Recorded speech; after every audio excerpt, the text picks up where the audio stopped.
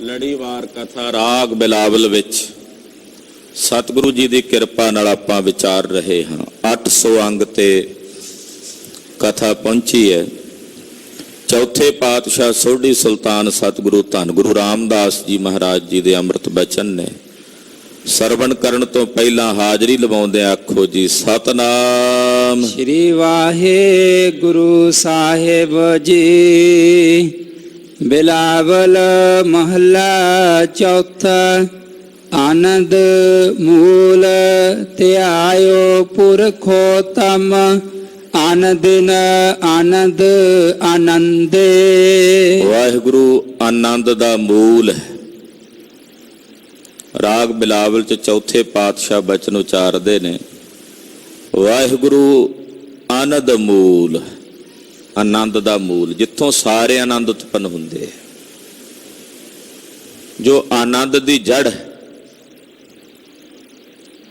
ਇੱਕ ਸਾਡੇ ਸਰੀਰ ਵਿੱਚ ਆਨੰਦਮਈ ਕੋਸ਼ ਹੈ,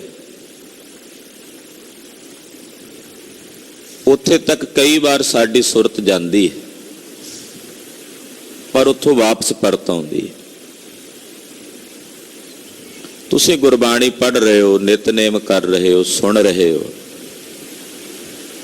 ਆਪਾਂ ਕਹਿੰਦੇ ਬੜਾ ਆਨੰਦ ਆਇਆ,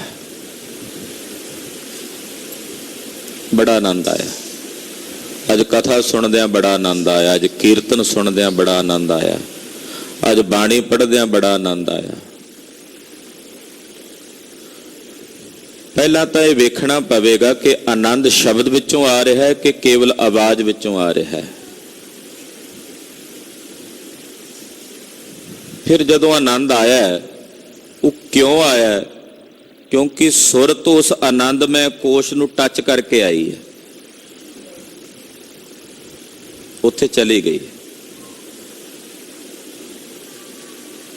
ਉੱਥੋਂ ਟੱਚ ਕਰਕੇ ਫਿਰ ਵਾਪਸ ਆ ਜਾਂਦੀ ਹੈ। ਫਿਰ ਸਥੂਲ ਸਰੀਰ 'ਚ ਜਿਹੜਾ ਅੰਨਮਈ ਕੋਸ਼ ਹੈ ਇਹਦੇ ਤੱਕ ਆ ਜਾਂਦੀ ਹੈ। ਆਨੰਦਮਈ ਕੋਸ਼ ਤੋਂ ਪਰੇ ਆਤਮਾ ਦਾ ਸਰੂਪ ਹੈ। ਪੰਜ ਪੜਦੇ ਨੇ, ਪੰਜ ਪੜਦੇ ਕਰਦੇ ਚਲੋ ਪਾਸੇ, ਥੱਲੇ ਆਤਮਾ ਦਾ ਸਰੂਪ, ਚੇਤਨਤਾ ਦਾ। ਉਹ ਆਨੰਦ ਦਾ ਮੂਲ ਹੈ। ਜਦੋਂ ਉੱਥੇ ਸੁਰਤ ਚਲੀ ਜਾਏ, ਉੱਥੇ ਫਿਰ ਆਨੰਦ ਆ ਕੇ ਜਾਂਦਾ ਨਹੀਂ। ਉਹ ਆਨੰਦ ਸदैवी ਤੌਰ ਤੇ ਬਣ ਜਾਂਦਾ, ਔਰ ਉਹਨੂੰ ਮਹਾਰਾਜ ਜੀ ਨੇ ਕਿਹਾ ਪਰਮ ਆਨੰਦ। ਉਸ ਨੂੰ ਤੀਸਰੇ ਗੁਰਦੇਵ ਕਹਿੰਦੇ, ਆਨੰਦ ਭਇਆ ਮੇਰੀ ਮਾਏ ਸਤਿਗੁਰੂ ਮੈਂ ਪਾਇਆ। ਜਦੋਂ ਸਤਿਗੁਰਾਂ ਨੂੰ ਪਾ ਲਿਆ, ਹੁਣ ਆਨੰਦ ਹੋ ਗਿਆ। ਔਰ ਉਹ ਆਨੰਦ ਸदैवी ਹੈ, ਆ ਕੇ ਜਾਣ ਵਾਲਾ ਨਹੀਂ ਵੀ ਝੱਟ ਦੀ ਝੱਟ ਆਇਆ। ਕਿਸੇ ਨੂੰ ਚੰਗਾ ਪਦਾਰਥ ਖਾ ਕੇ ਵੀ ਆ ਜਾਂਦਾ, ਕਿਸੇ ਨੂੰ ਚੰਗੀ ਵਸਤੂ ਵੇਖ ਕੇ ਆ ਜਾਂਦਾ, ਕੁਝ ਚੰਗਾ ਸੁਣ ਕੇ ਆ ਜਾਂਦਾ। ਇਹ ਵਿਸ਼ੇ ਆਨੰਦ ਨੇ। ਬ੍ਰਹਮਾ ਆਨੰਦ ਤੱਕ ਜਦੋਂ ਸੁਰਤ ਪਹੁੰਚਦੀ ਹੈ, ਉੱਥੇ ਉਹ ਬ੍ਰਹਮਾ ਆਨੰਦ ਆਉਣ ਤੋਂ ਬਾਅਦ ਉਹ ਆਨੰਦ ਜਾਂਦਾ ਨਹੀਂ, ਕਿਉਂਕਿ ਉਹ ਆਨੰਦ ਦਾ ਮੂਲ ਹੈ, ਉੱਥੋਂ ਸਾਰੇ ਆਨੰਦ ਉਤਪੰਨ ਹੁੰਦੇ ਹੈ। ਤੋ ਮਹਾਰਾਜ ਜੀ ਉਸ ਵਾਹਿਗੁਰੂ ਨੂੰ ਕਹਿੰਦੇ ਆਨੰਦ ਮੂਲ ਧਿਆਇਓ ਪੁਰਖੋਤਮ। ਉਦੋਂ ਅਸੀਂ ਧਿਆਉਂਦੇ ਹਾਂ ਪੁਰਖੋਤਮ, ਜੋ ਉੱਤਮ ਪੁਰਸ਼ ਹੈ, ਉੱਤਮ ਪੁਰਖ। ਪੁਰਖੋਤਮ ਉੱਤਮ ਪੁਰਖ। ਜੋ ਉੱਪਰ ਹੋੜਾ ਲੱਗਾ ਹੋਇਆ, ਉਹ ਊੜੇ ਦਾ ਵਾਚਕ ਹੈ ਵਿਆਕਰਣ ਮੁਤਾਬਕ। ਉਹਦੇ ਚ ਊੜਾ ਸ਼ਬਦ ਨਿਕਲੇਗਾ। ਉੱਤਮ ਪੁਰਖੋਤਮ, ਉੱਤਮ ਪੁਰਸ਼। ਵਾਹਿਗੁਰੂ ਉੱਤਮ ਪੁਰਸ਼ ਹੈ। ਉਹ ਉੱਤਮ ਪੁਰਸ਼ ਆਨੰਦ ਦੇ ਮੂਲ ਵਾਹਿਗੁਰੂ ਨੂੰ ਧਿਆਓ।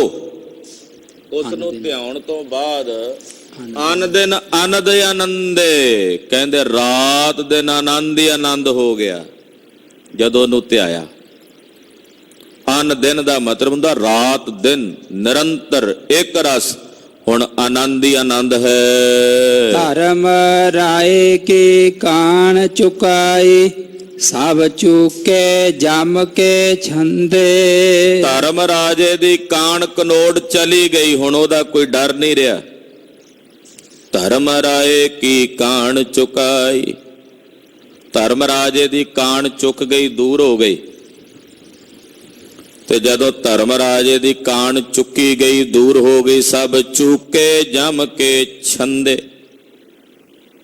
ਕਹਿੰਦੇ ਜਿਹੜੇ ਆ ਜੰਮਾਂ ਦੇ ਛਾਂਦੇ ਸੀ ਸਾਰੇ ਚੁੱਕੇ ਗਏ, ਚਲੇ ਗਏ, ਦੂਰ ਹੋ ਗਏ। ਹੁਣ ਧਰਮ ਰਾਏ ਦਾ ਕੋਈ ਸਾਡੇ ਤੇ ਦੰਡ ਨਹੀਂ ਰਿਹਾ।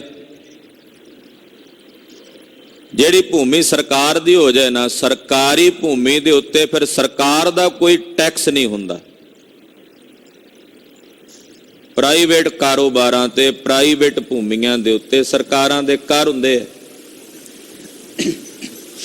ਪਰ ਜਿਹੜੀ ਜਗ੍ਹਾ ਸਰਕਾਰ ਦੇ ਕੋਲ ਚਲੀ ਜੇ, ਸਰਕਾਰ ਦਾ ਉਹਦੇ ਤੇ ਤਾਂ ਕੋਈ ਟੈਕਸ ਨਹੀਂ।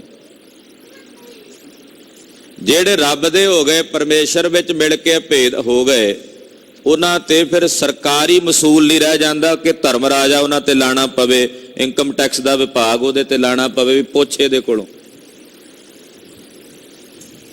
ਵੀ ਇਹਦਾ ਲੇਖਾ ਜੋਖਾ ਪੁੱਛ। ਜਿਹੜਾ ਖਾਲਸਾ ਪਦ ਆ ਨਾ, ਖਾਲਸਾ ਮਹਾਰਾਜ ਜੀ ਨੇ, ਖਾਲਸੇ ਦਾ ਮਤਲਬ ਕੀ ਹੈ? ਉਹ ਸਰਕਾਰੀ ਭੂਮੀ ਜਿਹਦਾ ਸੰਬੰਧ ਸਿੱਧਾ ਸਰਕਾਰ ਨਾਲ ਹੋਵੇ, ਵਿੱਚ ਕੋਈ ਵਿਚੋਲਾ ਨਹੀਂ,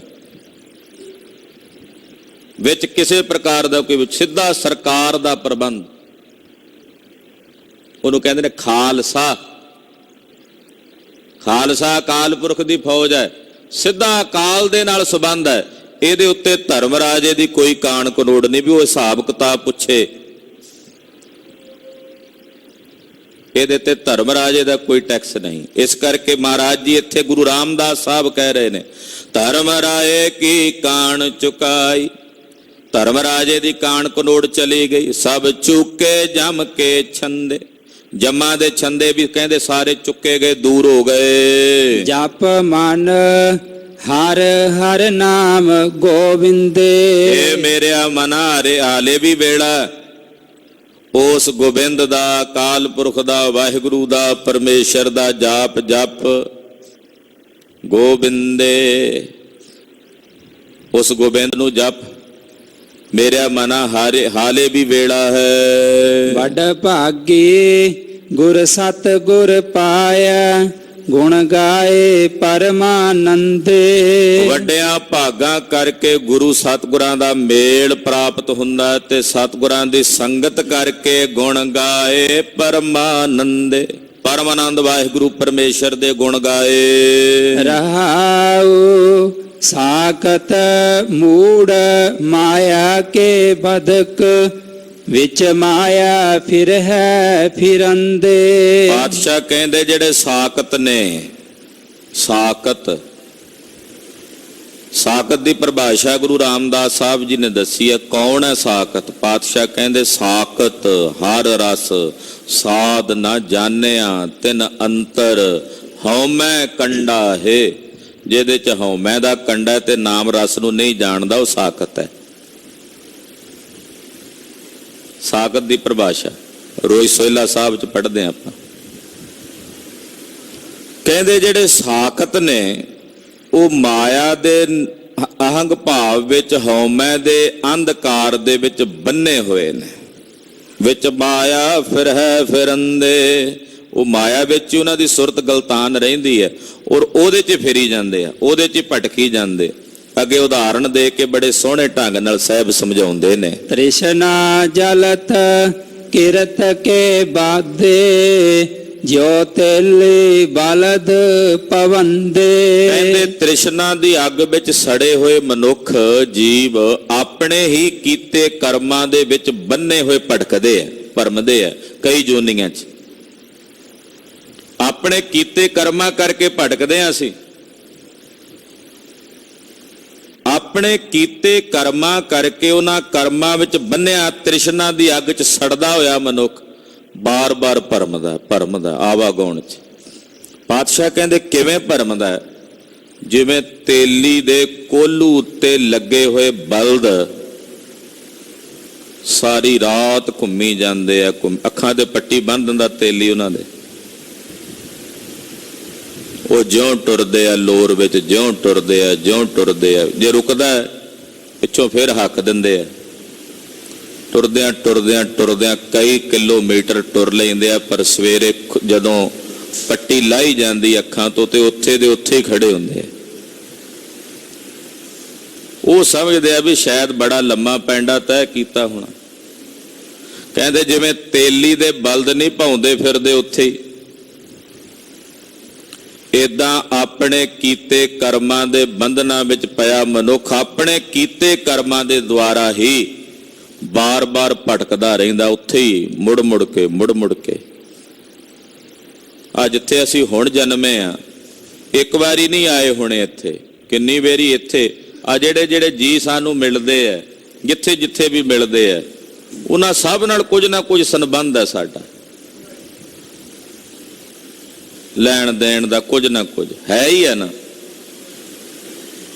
ਉੱਥੇ ਉੱਥੇ ਭਟਕੀ ਜਾਣਾ ਮੁੜ ਕੇ। ਏਦਾਂ ਹੀ ਹੈ ਜੀਵਾਂ ਦੀ ਯਾਤਰਾ। ਆਪਣੇ ਕੀਤੇ ਕਰਮਾਂ ਦੇ ਮੁਤਾਬਕ ਜੀਵ ਮੁੜ ਕੇ ਜੰਮਦੇ ਮਰਦੇ ਰਹਿੰਦੇ ਹੈ। ਹਾਂਜੀ। ਗੁਰਮੁਖ ਸੇਵ ਲੱਗੇ ਸੇ ਉਧਰੇ, ਵਡ ਭਾਗੀ ਸੇਵ ਕਰਨ ਦੇ। ਜਿਹੜੇ ਗੁਰਮੁਖ ਨੇ ਉਹ ਸੇਵਾ 'ਚ ਲੱਗ ਗਏ ਆਪਣੇ ਮਾਲਕ ਦੀ, ਜਿਹੜੇ ਸੇਵਾ 'ਚ ਲੱਗ ਗਏ ਉਧਰ ਗਏ। ਵਡ ਭਾਗੀ ਸੇਵ ਕਰਨ ਦੇ, ਵੱਡਿਆਂ ਭਾਗਾਂ ਵਾਲੇ ਹਨ ਜਿਹੜੇ ਹਰੀ ਦੀ ਸੇਵਾ ਕਰਦੇ ਨੇ, ਹਰੀ ਦੀ ਸੇਵਾ ਵਿੱਚ ਜੁੜਦੇ ਹਨ। ਜਿਨ ਹਰ ਜਪਿਆ ਤਿਨ ਫਲ ਪਾਇਆ, ਸਭ ਟੂਟੇ ਮਾਇਆ ਫੰਦੇ। ਜਿਨ੍ਹਾਂ ਨੇ ਹਰੀ ਦੇ ਜਾਪ ਨੂੰ ਜਪਿਆ ਤਿਨਾਂ ਨੇ ਹਰੀ ਦੇ ਫਲ ਨੂੰ ਪ੍ਰਾਪਤ ਕੀਤਾ। ਜਿਨ ਹਰ ਜਪਿਆ ਸੇ ਹਰ ਹੋਏ, ਹਰ ਮਿਲਿਆ ਕੇਲ ਕੇਲਾਲੀ। ਜਿਨ੍ਹਾਂ ਹਰੀ ਦੇ ਜਾਪ ਨੂੰ ਜਪਿਆ ਤਿਨਾਂ ਹਰੀ ਫਲ ਨੂੰ ਪਾ ਲਿਆ, ਉਹ ਹਰੀ ਦੇ ਸਵਰੂਪ ਨੂੰ ਪ੍ਰਾਪਤ ਕਰ ਲੈਂਦੇ। ਉਹਨਾਂ ਦੇ ਮਾਇਆ ਦੇ ਜਿਹੜੇ ਫੰਦੇ ਨੇ ਉਹ ਚੁੱਕੇ ਜਾਂਦੇ ਆ। ਮਾਇਆ ਵੀ ਫੰਦੇ ਪਾਉਂਦੀ ਹੈ ਕਈ ਪ੍ਰਕਾਰ ਦੇ ਕੀਤੇ ਕਰਮਾਂ ਦੇ ਜੀਵਾਂ ਦੇ। ਇੱਕ ਸਾਧ ਸੀ ਬਨ ਵਿੱਚ, ਮਾਇਆ ਟੁਰੀ ਆਵੇ ਹੱਥ 'ਚ ਸੰਗਲ ਤੇ ਸੂਤਰ ਫੜੇ ਹੋਏ ਧਾਗੇ। ਪੁੱਛਦਾ ਤੂੰ ਕੌਣ? ਕਹਿੰਦੀ ਮੈਂ ਮਾਇਆ। ਕੀ ਕਰਦੀ ਐ? ਕਹਿੰਦੀ ਆ ਸੰਗਲ ਨੇ ਜਿਹੜੇ ਵੱਡੇ ਵੱਡੇ ਜਤੀ ਸਤੀ ਕਹਾਉਂਦੇ ਆਪਣੇ, ਉਹਨਾਂ ਨੂੰ ਸੰਗਲਾਂ ਨਾਲ ਬੰਨ ਲੈਂਦੀ ਆ। ਜਿਹੜੇ ਥੋੜੇ ਬਹੁਤੇ ਰਿਸ਼ੀ ਮੁਨੀ ਜੇ ਹੁੰਦੇ ਆ ਉਹਨਾਂ ਨੂੰ ਧਾਗਿਆਂ ਨਾਲ ਬੰਨ ਲੈਂਦੀ ਆ। ਉਹ ਕਹਿਣ ਲੱਗਾ ਤੂੰ ਮੈਨੂੰ ਨਹੀਂ ਬੰਨ ਸਕਦੀ। ਕਹਿੰਦੀ ਤੈਨੂੰ ਤਾਂ ਇਹ ਧਾਗਿਆਂ ਨਾਲ ਵੀ ਬੰਨਣ ਦੀ ਲੋੜ ਨਹੀਂ ਪੈਣੀ, ਤੇਰੇ ਮੋਢਿਆਂ ਤੇ ਤਾਂ ਬਿਨਾਂ ਧਾਗਿਆਂ ਤੋਂ ਸਵਾਰ ਹੋ ਜਾ। ਉਹ ਕਹਿੰਦਾ ਹੋ ਹੀ ਨਹੀਂ ਸਕਦਾ। ਇਹ ਕਹਿੰਦੇ ਆ ਮਾਇਆ ਉੱਥੋਂ ਅਲੋਪ ਹੋ ਗਈ। ਸਾਧ ਥੋੜਾ ਜਿਹਾ ਅੱਗੇ ਟੁਰਿਆ ਤੇ ਕੀ ਵੇਖਦਾ, ਇੱਕ ਨਹਿਰ ਹੈ ਪਾਣੀ ਦੀ, ਤੇ ਪਾਣੀ ਉੱਥੇ ਗੋਡੇ ਗੋਡੇ ਹੀ ਹੈ। ਇੱਕ ਇਸਤਰੀ ਰੋ ਰਹੀ ਹੈ, ਨਵ ਵਿਆਹਤਾ ਦੇ ਬਸਤਰ ਪਾਏ ਹੋਏ ਨੇ। ਉਹ ਆਖੇ ਨਦੀ ਪਾਰ ਕਰਨੀ ਆ, ਪਰ ਪਾਣੀ ਆ, ਮੈਨੂੰ ਪਾਣੀ ਤੋਂ ਭੈ ਆਉਂਦਾ, ਡਰ ਆਉਂਦਾ। ਸਾਧ ਕਹੇ ਬੀਬਾ ਕਿਉਂ ਰੋਨੀ ਆ, ਪਾਣੀ ਆ ਥੋੜਾ, ਪਾਰ ਜਾ ਸਕਦੀ ਹੈ? ਕਹਿੰਦੀ ਨਹੀਂ, ਮੈਂ ਤਾਂ ਪਾਣੀ ਦੇ ਵਿੱਚ ਗਰਸੀ ਜਾਵਾਂਗੀ, ਰੁੜ ਜਾਵਾਂਗੀ। ਸਾਧੂ ਨੂੰ ਕਹਿਣ ਲੱਗੀ ਜੇ ਤੂੰ ਮੈਨੂੰ ਮੋਢਿਆਂ ਤੇ ਸਵਾਰ ਕਰਕੇ ਪਾਰ ਕਰ ਦੇ ਤੇ ਮੈਂ ਸਾਰੀ ਤਾ ਜ਼ਿੰਦਗੀ ਤੇਰੀ ਸ਼ੁਕਰਗੁਜ਼ਾਰ ਰਹਾਂ। ਸਾਧ ਨੇ ਆਖਿਆ ਚਲੋ ਭਲੇ ਦਾ ਹੀ ਕਾਰਜ ਹੈ, ਕਿਸੇ ਨੂੰ ਨਦੀ ਪਾਰ ਕਰਾਉਣੀ, ਉਹਨੇ ਮੋਢਿਆਂ ਤੇ ਚੁੱਕਿਆ, ਨਦੀ ਨੂੰ ਪਾਰ ਕਰਾਉਣ ਲੱਗਾ। ਸਾਧ ਅਜੇ ਨਦੀ ਦੇ ਵਿੱਚ ਹੀ ਪਹੁੰਚਿਆ ਸੀ ਤੇ ਨਾ ਉੱਥੇ ਨਦੀ ਨਾ ਪਾਣੀ, ਤੇ ਮੋਢਿਆਂ ਤੇ ਬੈਠੀ ਮਾਇਆ ਕਹਿੰਦੀ ਵੇਖ ਬਿਨਾਂ ਧਾਗਿਆਂ ਤੋਂ, ਬਿਨਾਂ ਲਗਾਮਾਂ ਤੋਂ, ਬਿਨਾਂ ਸੰਗਲਾਂ ਤੋਂ ਤੇਰੇ ਤੇ ਸਵਾਰ ਹੋਈ, ਤੈਨੂੰ ਆਪਣਾ ਗੁਲਾਮ ਬਣਾਇਆ ਕਿ ਨਹੀਂ ਬਣਾਇਆ? ਇਹਨੂੰ ਕਹਿੰਦੇ ਆ ਇੱਕ ਕਾਲਪਨਿਕ ਕਹਾਣੀ। ਉਹ ਸਾਧ ਹੋਇਆ ਕਿ ਨਹੀਂ ਹੋਇਆ, ਉਹ ਮਾਇਆ ਆਈ ਕਿ ਨਹੀਂ ਆਈ, ਰਚਨਾ ਰਚ ਕੇ ਕਿਸੇ ਵਿਦਵਾਨ ਨੇ ਉਹਦੇ ਦੁਆਰਾ ਸਿਧਾਂਤ ਪ੍ਰਗਟ ਕੀਤਾ ਕਿ ਮਾਇਆ ਦੇ ਕਈ ਪ੍ਰਕਾਰ ਨੇ, ਕਈ ਰੂਪ ਬਣਾ ਕੇ ਜੀਵਾਂ ਨੂੰ ਆਪਣੀਆਂ ਫਾਹੀਆਂ 'ਚ ਫਸਾ ਲੈਂਦੀ ਹੈ। ਮਾਇਆ ਬੜੀ ਪ੍ਰਬਲ ਹੈ। ਮੇਰਾ ਮਾਲਕ ਹੀ ਕਿਰਪਾ ਕਰਕੇ ਰੱਖੇ ਤਾਂ ਰੱਖੇ, ਇਹਦੇ ਤੋਂ ਬਚਣਾ ਔਖਾ ਹੈ। ਪਤਾ ਨਹੀਂ ਕਿਸ ਵੇਲੇ ਕਿਸ ਰੂਪ ਵਿੱਚ ਕਿਵੇਂ ਆ ਜਾਏ, ਇਹ ਨਹੀਂ ਦੱਸਿਆ ਜਾ ਸਕਦਾ। ਇਸ ਕਰਕੇ ਉਦੋਂ ਤੱਕ ਹਾਲੇ ਅਸੀਂ ਕੋਈ ਫੈਸਲਾ ਨਹੀਂ ਲੈ ਸਕਦੇ ਜਦੋਂ ਤੱਕ ਸਾਡੀ ਜ਼ਿੰਦਗੀ ਦੀ ਕਿਸ਼ਤੀ ਐਨ ਵਿਚਕਾਰ ਸਮੁੰਦਰ ਦੇ ਵਿੱਚ ਹੈ। ਕਿਆ ਜਾਣੀਏ ਹਾਲੇ ਕੀ ਹੋਣਾ, ਹਾਲੇ ਤਾਂ ਐਨ ਵਿਚਕਾਰ ਸਮੁੰਦਰ ਦੇ ਵਿੱਚ ਹੈ। ਜਾਂ ਸੁਨਾਓ ਸਮੁੰਦਰ ਮੈਂ, ਇਹ ਕਿਹਾ ਨਹੀਂ ਜਾ ਸਕਦਾ। ਇੱਥੇ ਮਹਾਰਾਜ ਗਰੀਬ ਨਵਾਜ ਸਾਹਿਬ ਜੀ ਕਹਿੰਦੇ ਜਿਹੜੇ ਹਰੀ ਨੂੰ ਜਪ ਕੇ ਹਰੀ ਰੂਪ ਹੋ ਗਏ ਨਾ, ਕਬੀਰ ਜੀ ਜੈਸੇ, ਰਵਿਦਾਸ ਜੀ ਜੈਸੇ, ਸਦਨਾਨੰਦ ਜੀ ਜੈਸੇ, ਰਾਮਾਨੰਦ ਜੀ, ਪਰਮਾਨੰਦ ਜੀ ਜੈਸੇ, ਜੈਦੇਵ ਜੀ, ਸੂਰਦਾਸ ਜੀ ਵਰਗੇ ਮਹਾਂਪੁਰਸ਼, ਫਰੀਦ ਜੀ ਵਰਗੇ ਜਦੋਂ ਹਰੀ ਨੂੰ ਜਪ ਕੇ ਹਰੀ ਰੂਪ ਹੀ ਹੋ ਗਏ, ਫਿਰ ਉਹਨਾਂ ਤੇ ਮਾਇਆ ਦੇ ਫੰਦੇ ਨਹੀਂ ਪੈਂਦੇ, ਉਹ ਮਾਇਆ ਦੇ ਫੰਦਿਆਂ ਤੋਂ ਰਹਿਤ ਹੋ ਜਾਂਦੇ ਹਨ। ਆਪੇ ਠਾਕੁਰ ਆਪੇ ਸੇਵਕ, ਸਭ ਆਪੇ ਆਪ ਗੋਵਿੰਦੇ। ਵਾਹਿਗੁਰੂ ਆਪ ਹੀ ਠਾਕੁਰ ਰੂਪ ਹੈ ਤੇ ਆਪਣਾ ਠਾਕੁਰ ਬਣ ਕੇ ਆਪ ਹੀ ਉਹਦਾ ਸੇਵਕ ਵੀ ਆਪ ਹੀ ਬਣ ਜਾਂਦਾ ਹੈ। ਸੇਵਕ ਵੀ ਆਪ ਹੀ ਹੈ, ਠਾਕੁਰ ਵੀ ਆਪ ਤੇ ਸੇਵਕ ਵੀ ਆਪ। ਗੁਰੂ ਨਾਨਕ ਸਾਹਿਬ ਵੀ ਆਪ ਤੇ ਗੁਰੂ ਅੰਗਦ ਸਾਹਿਬ ਵੀ ਆਪ। ਗੁਰੂ ਅੰਗਦ ਸਾਹਿਬ ਸੇਵਕ ਬਣ ਕੇ ਆਏ, ਉਹ ਵੀ ਉਹ ਆਪ ਹੀ ਨੇ, ਤੇ ਗੁਰੂ ਨਾਨਕ ਸਾਹਿਬ ਵੀ ਆਪ ਹੀ ਨੇ। ਠਾਕੁਰ ਵੀ ਆਪ, ਸੇਵਕ ਵੀ ਆਪ। ਆਪੇ ਠਾਕੁਰ ਆਪੇ ਸੇਵਕ, ਸਭ ਆਪੇ ਆਪ ਗੋਬਿੰਦੇ, ਸਭ ਆਪੇ ਆਪ ਗੋਬਿੰਦੇ। ਆਪੇ ਹੀ ਆਪ ਹੈ ਗੋਬਿੰਦ। ਗੁਰੂ ਰਾਮਦਾਸ ਸਾਹਿਬ ਜੀ ਦੇ ਬਚਨ ਬੜੇ ਹੀ ਮਿੱਠੇ ਤੇ ਪਿਆਰੇ ਨੇ। ਪ੍ਰੇਮ ਛਲਕ ਛਲਕ ਪੈਂਦਾ ਮਹਾਰਾਜ ਜੀ ਦੇ ਬਚਨਾਂ 'ਚ, ਡੁੱਲ ਡੁੱਲ ਪੈਂਦਾ ਹੈ। ਛੰਦ ਰਚਨਾ ਵੀ ਕਮਾਲ ਦੀ ਹੈ। ਆਪੇ ਠਾਕੁਰ ਆਪੇ ਸੇਵਕ, ਸਭ ਆਪੇ ਆਪ ਗੋਵਿੰਦੇ। ਉੱਪਰੋਂ ਛੰਦ ਦੀ ਚਾਲ ਜਿਹੜੀ ਉੱਪਰੋਂ ਚੱਲਦੀ ਆ ਰਹੀ ਹੈ, ਸਾਰਿਆਂ ਦੇ ਅਖੀਰ ਵਿੱਚ ਇੱਕੋ ਹੀ ਸ਼ਬਦ ਆ ਰਿਹਾ ਹੈ, ਗੁਰਮੁਖ ਸੇਵ ਲੱਗੇ ਸੇ ਉਧਰੇ, ਬੜ ਭਾਗੀ ਸੇਵ ਕਰੰਦੇ। ਕਰੰਦੇ, ਫਿਰ ਆਇਆ ਫੰਦੇ, ਇੱਥੇ ਆਇਆ ਗੋਵਿੰਦੇ। ਸ਼ੁਰੂ ਵਿੱਚੋਂ ਜਦੋਂ ਸ਼ਬਦ ਚੱਲਿਆ, ਆਨੰਦ ਮੂਲ ਧਿਆਇਓ ਪੁਰਖੋਤਮ, ਆਨੰਦ ਨਯਨਦ ਆਨੰਦੇ, ਧਰਮ ਰਾਏ ਕੀ ਕਾਣ ਚੁਕਾਈ, ਸਭ ਚੁਕੇ ਜਮ ਕੇ ਛੰਦੇ। ਆਇਆ ਨਾ ਉੱਤੋਂ ਆਨੰਦੇ, ਫਿਰ ਛੰਦੇ, ਗੋਬਿੰਦੇ, ਫਿਰ ਪਰਮਾਨੰਦੇ, ਫਿਰ ਅੰਦੇ, ਤੇ ਹੁਣ ਇੱਥੇ ਗੋਵਿੰਦੇ। ਇਹ ਗੁਰੂ ਰਾਮਦਾਸ ਸਾਹਿਬ ਦੇ ਸ਼ਬਦਾਂ ਦੇ ਵਿੱਚ ਤੁਸੀਂ ਬਾਰੰਬਾਰ ਵੇਖੋਗੇ ਖੇਡ। ਜਿਵੇਂ ਕੱਲ ਵੀ ਆਪਾਂ ਸ਼ਬਦ ਵਿਚਾਰਿਆ ਹੈ, ਉੱਥੇ ਕਠੈਨੀ ਸ਼ਬਦ ਆਇਆ, ਅਖੀਰ 'ਚ ਨੀ ਆ ਰਿਹਾ। ਕਠੈਨੀ, ਮਤ ਸੁਮਤ ਤੇਰਾ ਬਸ ਸੁਆਮੀ, ਹਮ ਜੰਤ ਤੂੰ ਪੁਰਖ ਜੰਤੈਨੀ।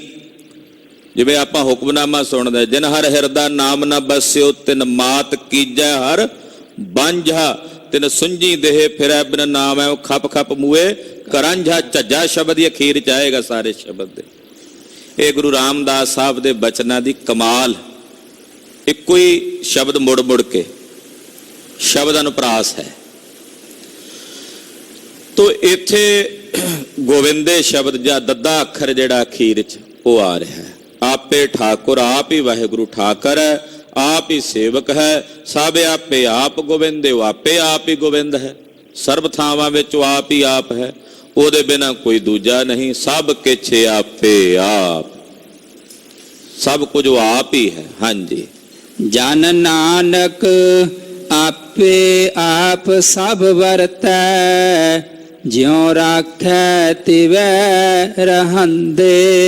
ਧੰਨ ਸ਼੍ਰੀ ਗੁਰੂ ਰਾਮਦਾਸ ਸਾਹਿਬ ਜੀ ਕਹਿੰਦੇ ਆ, ਜਦੋਂ ਆਪ ਹੀ ਆਪ ਵਰਤ ਰਿਹਾ ਸਭ ਵਿੱਚ, ਸਰਬ ਥਾਈਂ, ਫਿਰ ਉਹ ਜਿਵੇਂ ਰੱਖੇ ਅਸੀਂ ਤਿਵੇਂ ਰਹਿੰਦੇ ਹਾਂ। ਜਿਉ ਰਾਖੈ ਤਿਵੈ ਰਹੰਦੇ, ਜਿਵੇਂ ਰੱਖਦਾ ਅਸੀਂ ਤਿਵੇਂ ਰਹਿੰਦੇ ਹਾਂ। ਉਹ ਆਪ ਹੀ ਆਪ ਹੈ, ਆਪ ਹੀ ਆਪ ਹੈ। ਸਭ ਗੋਬਿੰਦ ਹੈ, ਸਭ ਗੋਬਿੰਦ ਹੈ, ਗੋਬਿੰਦ ਬਿਨ ਨਹੀਂ ਕੋਈ। ਜਿਵੇਂ ਉਹ ਰੱਖਦਾ ਹੈ ਤਿਵੇਂ ਰਹਿੰਦੇ ਹਾਂ। ਰਹਿਣਾ ਪੈਣਾ ਸਾਡੇ ਵੱਸ ਵੀ ਨਹੀਂ ਕਿ ਅਸੀਂ ਆਪਣੀਆਂ ਆਪ ਉਦਰੀਆਂ ਕਰ ਸਕੀਏ। ਮਾਲਕ ਬਲੀ ਹੈ ਨਾ, ਬਲੀ ਦੇ ਸਨਮੁਖ ਨਿਰਬਲ ਨੂੰ ਉਸੇ ਤਰ੍ਹਾਂ ਹੀ ਰਹਿਣਾ ਪੈਣਾ ਜਿਵੇਂ ਬਲੀ ਨੇ ਰੱਖਣਾ। ਵਾਹਿਗੁਰੂ ਬਲੀ ਹੈ, ਜਿਵੇਂ ਰੱਖਦਾ ਤਿਵੇਂ ਅਸੀਂ ਰਹਿੰਦੇ ਹਾਂ। ਇਹ ਗੁਰਮੁਖਾਂ ਦੀ ਅਵਸਥਾ ਹੈ। ਗੁਰੂ ਪਾਤਸ਼ਾਹ ਕਿਰਪਾ ਕਰਨ, ਇਹ ਪਾਵਨ ਪਵਿੱਤਰ ਗੁਰਬਾਣੀ ਦੀ ਪਾਵਨ ਵਿਚਾਰ ਸਾਡੇ ਸਾਰਿਆਂ ਦੇ ਹਿਰਦਿਆਂ ਵਿੱਚ ਵਸ ਜਾਵੇ। ਸਾਡਾ ਗਾਵਿਆ ਤੇ ਸੁਣਿਆ ਸਤਿਗੁਰੂ ਸੱਚੇ ਪਾਤਸ਼ਾਹ ਥਾਂ ਪਾ ਲੈਣ।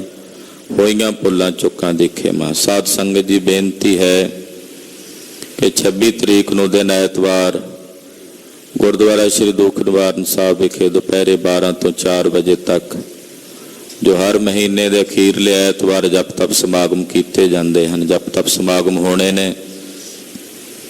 ਸੁਖਮਣੀ ਸਾਹਿਬ ਦੇ ਪਾਠ, ਜਪਜੀ ਸਾਹਿਬ ਦੇ ਪਾਠ ਸੰਗਤਾਂ ਰਲ ਕੇ ਕਰਦੀਆਂ ਨੇ। ਸਮੂਹ ਸੰਗਤਾਂ ਨੂੰ ਬੇਨਤੀ ਹੈ, ਇਹਨਾਂ ਸਮਾਗਮਾਂ ਵਿੱਚ ਹਾਜ਼ਰੀਆਂ ਭਰ ਕੇ ਗੁਰੂ ਨੌਵੇਂ ਪਾਤਸ਼ਾਹ ਦੀਆਂ ਖੁਸ਼ੀਆਂ ਪ੍ਰਾਪਤ ਕਰੋ।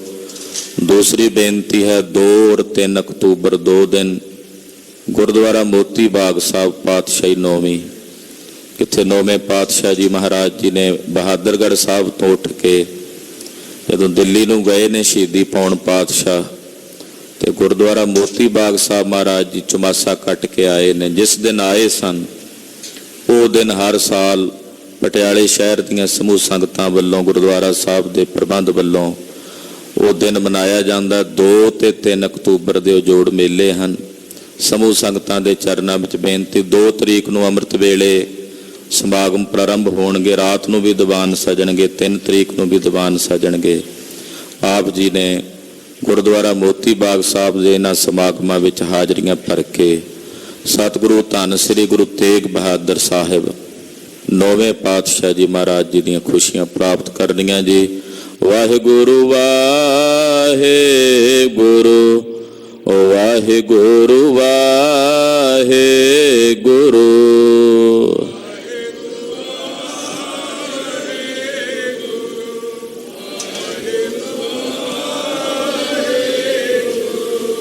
ਵਾਹਿਗੁਰੂ ਵਾਹਿਗੁਰੂ ਵਾਹਿਗੁਰੂ ਵਾਹਿਗੁਰੂ।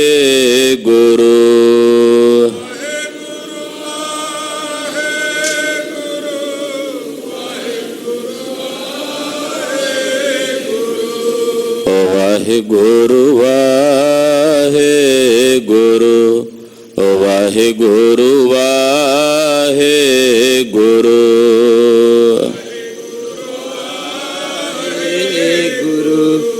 ਵਾਹਿਗੁਰੂ ਵਾਹਿਗੁਰੂ। ਵਾਹਿਗੁਰੂ ਜੀ ਕਾ ਖਾਲਸਾ, ਵਾਹਿਗੁਰੂ ਜੀ ਕੀ ਫਤਿਹ।